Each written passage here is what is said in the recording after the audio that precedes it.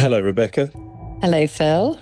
We're back again. Who have we got today? Today, you will be talking with Emmanuelle from Eurostar. I guess Eurostar doesn't need much of an introduction. I think everyone knows the wonderful world of Eurostar, connecting London to Paris, Brussels, Amsterdam, and probably many more. But I guess today, you're going to be talking far beyond what Eurostar is and really deep diving into what its for good story is. So I'm really excited to hear more about it. Yeah, absolutely. It's one that we've been hoping to do for a while, and we finally got there, which is great. All right, well, without further ado, should we do it? Off we go. 5 minutes for good. Welcome, Emmanuelle Semama, to your 5 minutes for good. Thanks for joining this third series of the podcast. It's a real pleasure to have you. Having Eurostar on has been one of our missions, and we've got you now. But before we begin and we get into your 5 minutes for good, tell those who don't necessarily know you a little about yourself. I'm Emmanuelle. I'm Chief Customer Experience Officer at Eurostar. And at Eurostar, we're here to connect people and cultures in Europe across major cities, Paris, London, Amsterdam, and Brussels. I've been at Eurostar for 3 years, and we see that each year we welcome 20 million passengers, and our role is to make sure everybody feels welcome once traveling with Eurostar. Wonderful. Well, certainly whenever I've travelled with Eurostar, I felt very welcome. And it's a great journey to take as well, and many more to come, I hope. Well, Emmanuelle, it's got to this point when I say to you, over to you for your 5 minutes to for good.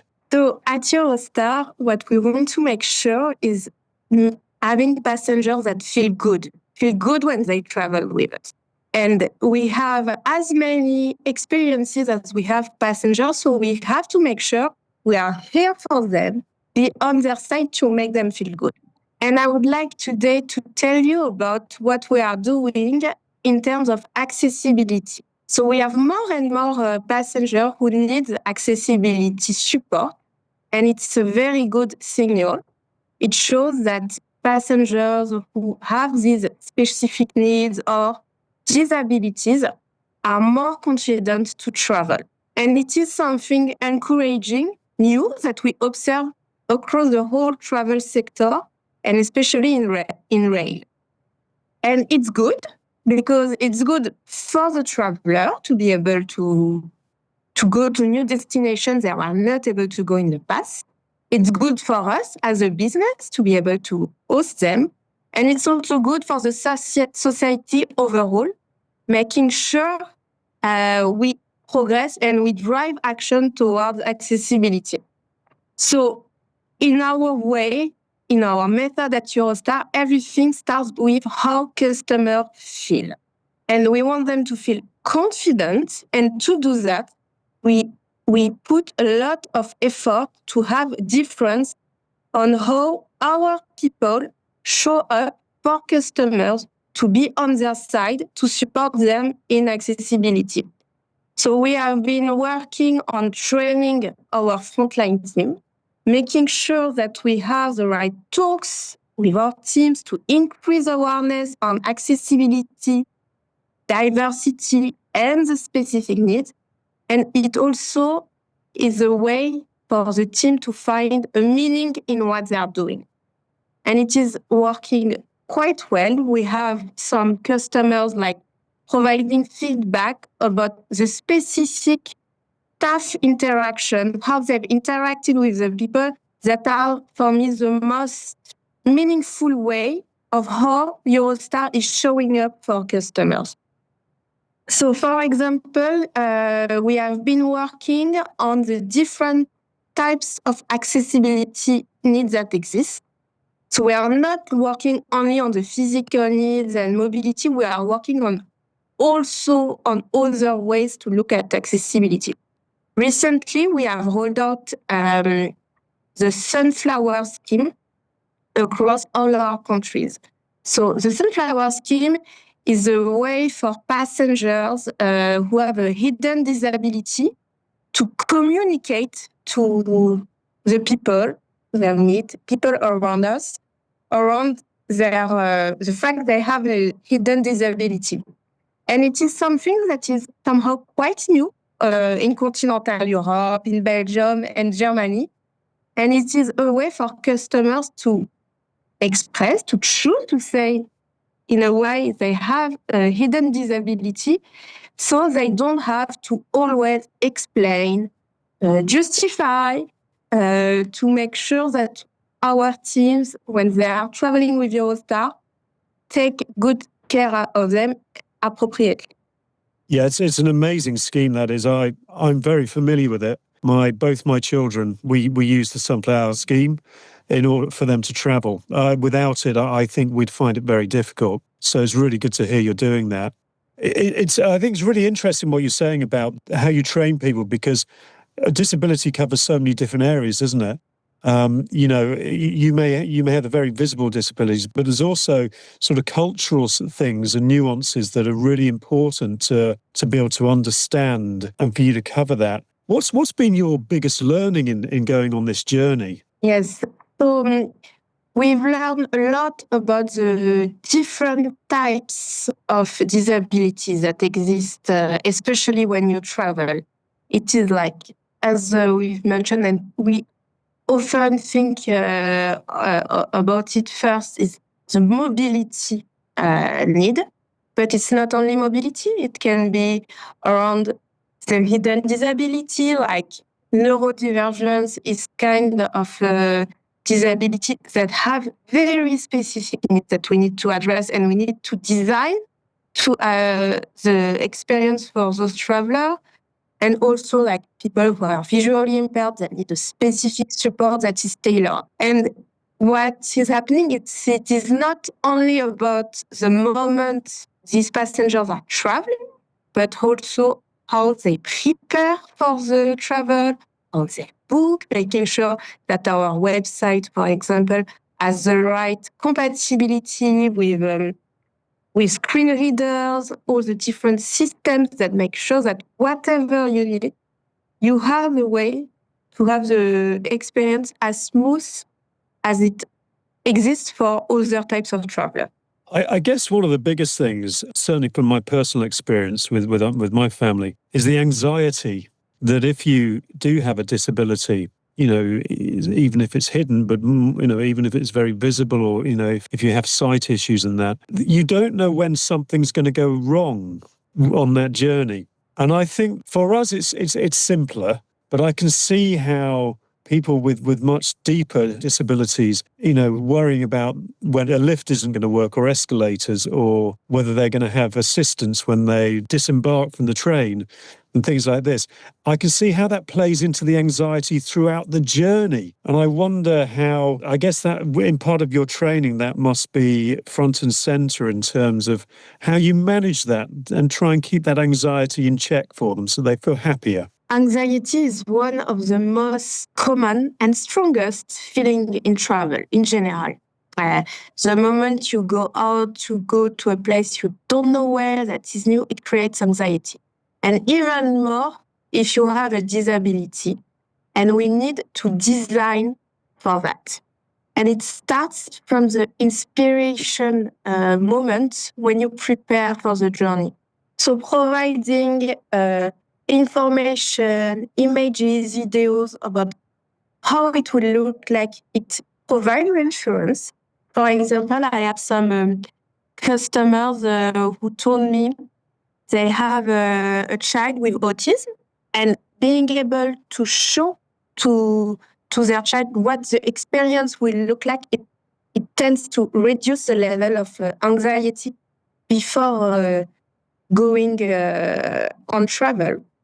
And then once you are with Eurostar, with the Eurostar team taking care of you, is how we make sure that our team is trained to have the right mindset, that their role is to reassure people.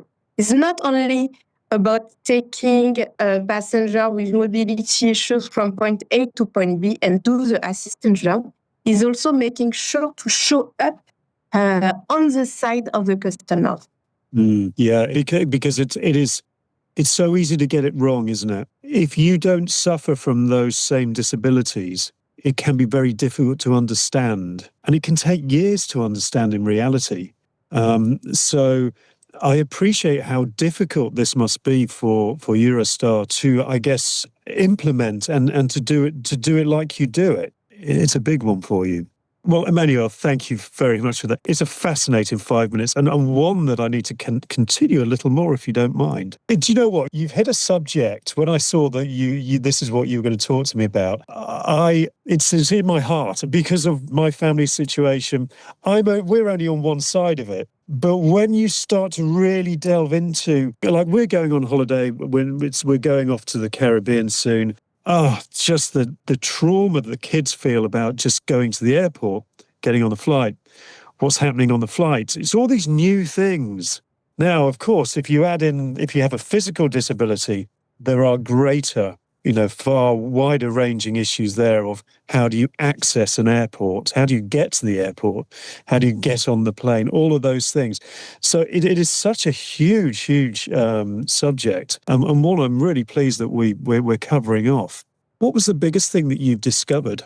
What we discovered then is very Eurostar specific and now is part of our expertise, how we deal with the different local specificities.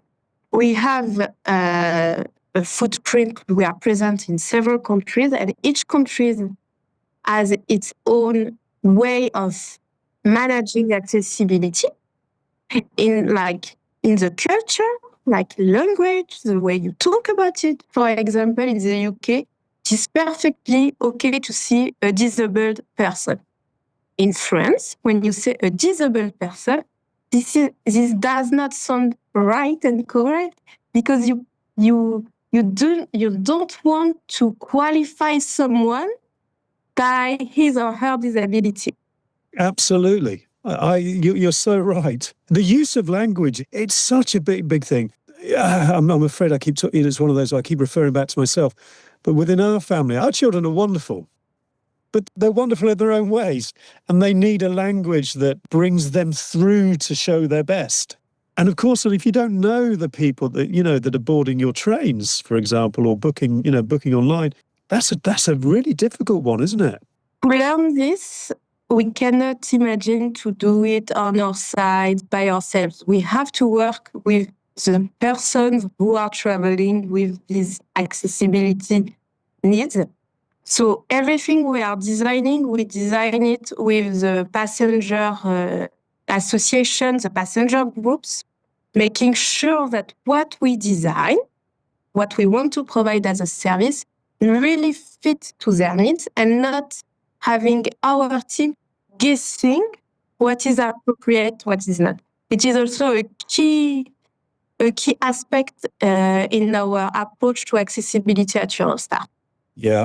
I completely get that. Well, it's such a big area, isn't it? I tell you what, Emmanuelle, I say this on many of the podcasts that we do, that really, this is 5 minutes for good. It sometimes feels like we should do 55 minutes for good because this is a fascinating conversation because of how important it is. It's important to get it right. And it sounds like Eurostar are really making inroads and doing a good job there. I have to warn you, we're threatening to take my daughter for her 18th birthday to Paris. And so it's really reassuring to hear that you're doing all these things because she'll have a much better time for it. So thank you very much. And thank you in general. But before we close, it's time to drop your guard and go a little bit off-piste by me asking you if there was one thing that you could do for 5 minutes that isn't necessarily for good. What might that be? Every day, wherever I am, I take 30 minutes per day to read customer comments. Customer answering to post-travel survey, how they felt, what was their experience. So personally, I read them every day. If I have 5 minutes more, what I would do is I would give a call to the passengers who are leaving their phone number sometimes and give them a call to go one level deeper, to connect with them, better understand what happened to them, so we can embed it in our improvement plans.